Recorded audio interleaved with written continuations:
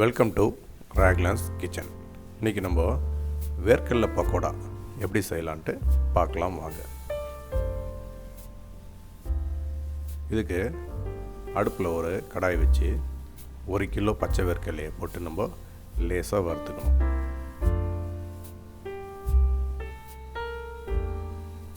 ரொம்ப high flame இல்லாமல் low ஃப்ளேம்லேயே நம்ம இதை லேசாக வறுத்துக்கணும்.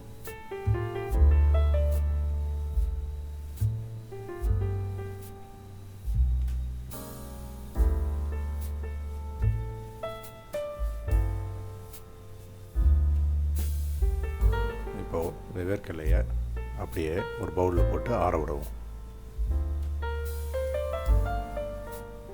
நல்லா ஆறிடுச்சு. இதுக்கப்புறம் நம்ம தேவையான மசாலாவை ஆட் பண்ணுவோம். 2 கப் கடலை மாவு, அதே கப்பில் 1 கப் அரிசி மாவு, 2 ஸ்பூன் மிளகாய்த்தூள், 1 ஸ்பூன் மஞ்சத்தூள், 2 spoon garam masala, 2 spoon mango powder இல்லைன்னா 2 ஸ்பூன் லெமன் ஜூஸ் ஆட் பண்ணிக்கலாம், 1 ஸ்பூன் சால்ட், 1 ஸ்பூன் இஞ்சி பூண்டு பேஸ்ட். இது எல்லாத்தையும் நம்ம நல்லா மிக்ஸ் பண்ணிப்போம்.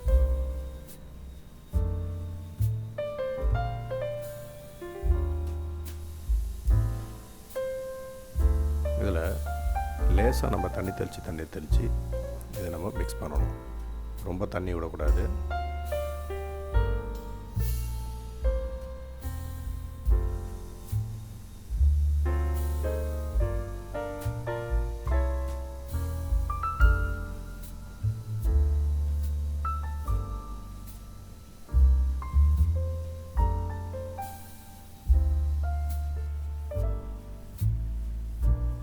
நல்லா மிக்ஸ் பண்ணியாச்சு. இதுக்கப்புறம் ஸ்டவ் ஆன் பண்ணி ஒரு கடாய் வச்சு இதில் 6 லிட்டர் எண்ணெய் ஊற்றிப்போம்.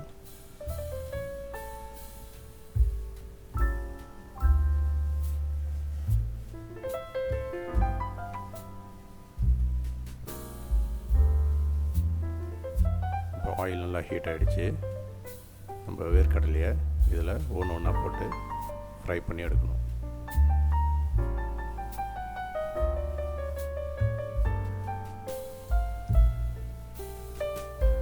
இது மாதிரி ஸ்ப்ரெட் பண்ணி போடுங்க.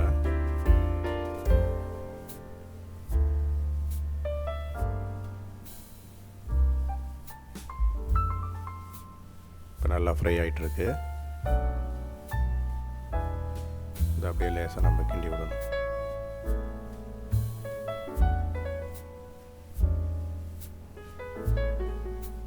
இப்போ நல்லா ஃப்ரை ஆகிடுச்சு. இப்போ வேர்க்கடலையை அப்படியே ஒரு பவுலுக்கு ட்ரான்ஸ்ஃபர் பண்ண வேண்டியதான்.